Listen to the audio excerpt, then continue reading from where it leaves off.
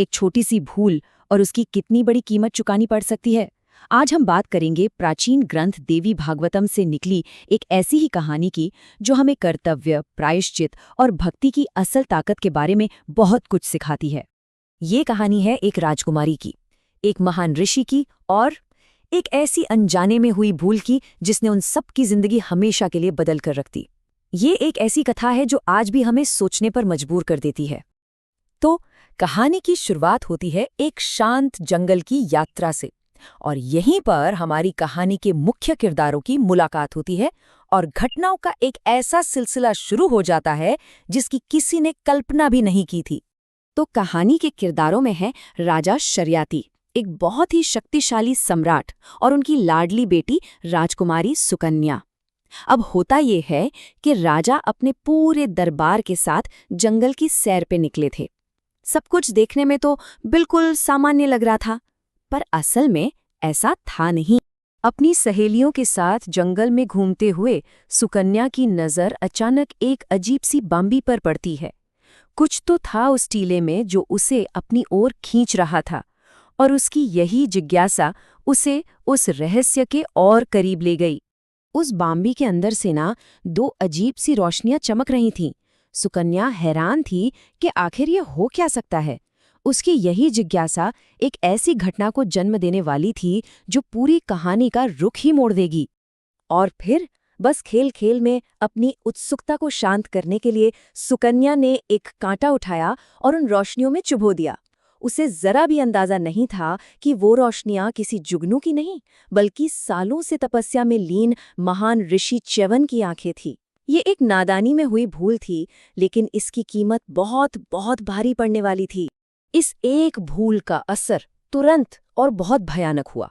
ऋषि च्यवन की तपस्या भंग हो गई, वो अंधे हो गए और उनका क्रोध भड़क उठा। ठीक उसी पल राजा शर्याती की पूरी सेना पर एक अजीब सी विपत्ति आ पड़ी जिससे हर कोई असहनीय पीड़ा में था। राजा तुरंत समझ गए कि किसी से कोई बहुत बड़ा अपराध हो गया है।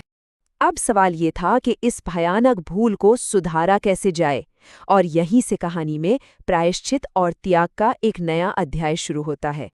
जैसे ही राजा शर्याती को अपनी बेटी की इस भूल का पता चला, वो सीधे ऋषि के चरणों में गिर पड़े। अपने राज्य को बचाने के लिए उन्होंने एक ऐसा प्रस्ताव रखा जो शायद किसी भी पिता के लिए सबसे मुश्किल होता है। उन्होंने प्रायश्चित के तौर पर अपनी ही बेटी को ऋषि को सौंपने की पेशकश कर दी। ऋषि च्यवन, जो अब बूढ़े, कमजोर और अंधे थे, उन्होंने राजा का ये प्रस्ताव स्वीकार कर लिया, और इस तरह राजकुमारी सुकन्या का भाग्य हमेशा के लिए उस व्यक्ति से जुड़ गया जिससे उसने अनजाने में इतनी बड़ी पीड़ा दी थी। लेकिन यहाँ सबसे हैरान करने वाली बात थी सुकन्या का जवाब। उसने बिना किसी शिकायत के अपनी किस्मत को स्वीकार कर लिया। अपने कर्तव्य और त्याग की भावना दिखाते हुए उसने अपने दुखी पिता को दिलासा दिया और कहा कि वो चिंता ना करें। और यहीं से सुकन्या के जीवन का एक बिल्कुल नया सफर शुरू हुआ। एक ऐसा सफर जहां उसकी अटूट भक्ति ने देवताओं तक को हस्तक्षेप करने पर मजबूर कर दिया। सुकन्या ने एक राजकुमारी का जीवन पूरी तरह से त्याग दिया और एक तपस्विनी बन गई। वो दिन रात उस बूढ़े और अक्सर गुस्सैल ऋषि की सेवा में लगी रहती। समय बीतता गया और उसकी ये निस्वार्थ सेवा और भक्ति और भी गहरी होती चली गई। सुकन्या की ऐसी निस्वार्थ भक्ति की गूंज स्वर्ग तक जा पहुंची। देवताओं के दिव्य चिकित्सक अश्विनी कुमारों की नज़र पृथ्वी पर हो रही इस अद्भुत सेवा पर पड़ी और वे इससे बहुत ज्यादा प्रभावित हुए। तो अश्विनी कुमारों ने सुकन्या के सामने एक प्रस्ताव रखा। पहले तो उन्होंने उसकी निष्ठा को परखा, और जब वो उसमें खरी उतरी तो उन्होंने ऋषि च्यवन को फिर से युवा बनाने और उनकी आंखों की रोशनी लौटाने का वरदान दिया। लेकिन उनकी एक शर्त थी कि बदले में ऋषि च्यवन को यज्ञ में उन्हें भी देवताओं के समान हिस्सा दिलवाना होगा। ऋषि च्यवन इस सौदे के लिए तुरंत तैयार हो गए। अब कहानी एक ऐसे मोड़ पर पहुंचती है जहां सुकन्या की भक्ति की सबसे बड़ी और शायद सबसे मुश्किल परीक्षा होने वाली थी। अश्विनी कुमारों ने ऋषि च्यवन को एक झील में डुबकी लगाने के लिए कहा। जब वे बाहर निकले तो सचमुच एक चमत्कार हो चुका था। ऋषि च्यवन फिर से युवा और सुंदर हो गए थे। उनकी आंखों की रोशनी भी लौट आई थी।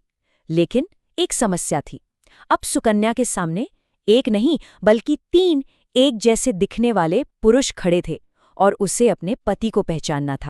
यही सुकन्या के लिए असली परीक्षा थी। क्या उसका सच्चा प्यार और उसकी भक्ति उसे इस दिव्य भ्रम के पार देखने में मदद कर पाएगी? क्या वो अपने असली पति को पहचान पाएगी? ये सिर्फ आंखों की परीक्षा नहीं थी, ये थी उसके पतिव्रता धर्म की परीक्षा। ये एक बहुत गहरा सिद्धांत है जो एक पत्नी की अपने पति के प्रति अटूट निष्ठा और आध्यात्मिक जुड़ाव को दिखाता है। अब यही वो पल था जो ये साबित करने वाला था कि असली दृष्टि वो आंखों से नहीं, दिल से होती है। सुकन्या ने मन ही मन देवताओं से प्रार्थना की, अपनी आत्मा की आवाज सुनी और फिर बिना एक पल की भी झिझक के उसने सही व्यक्ति को चुन लिया।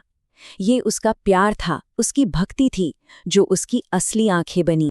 सुकन्या के इस परीक्षा में सफल होने के बाद सब कुछ ठीक हो गया। अश्विनी कुमारों ने खुश होकर उन्हें आशीर्वाद दिया। ऋषि च्यवन अपनी पत्नी की भक्ति से अभिभूत थे और उन्होंने अपना वादा निभाते हुए अश्विनी कुमारों को यज्ञ में उनका उचित स्थान दिलाया। इस तरह सुकन्या के पुण्य ने न केवल अपने पति का जीवन बदल दिया, बल्कि अपने पूरे राज्य को भी बचा लिया। तो इस तरह एक अनजाने में हुई भूल, निस्वार्थ सेवा और सच्चे प्रायश्चित के जरिए एक दिव्य वरदान में बदल गई। ये कहानी हमें दिखाती है कि सच्चे कर्तव्य और भक्ति में कितनी जबरदस्त ताकत होती है। और आखिर में ये कहानी हमारे लिए एक सवाल छोड़ जाती है। आज की इस दुनिया में ये कथा हमें कर्तव्य, त्याग और बाहरी सुंदरता से परे देखने के बारे में क्या सिखाती है? इस पर एक बार जरूर सोचिएगा।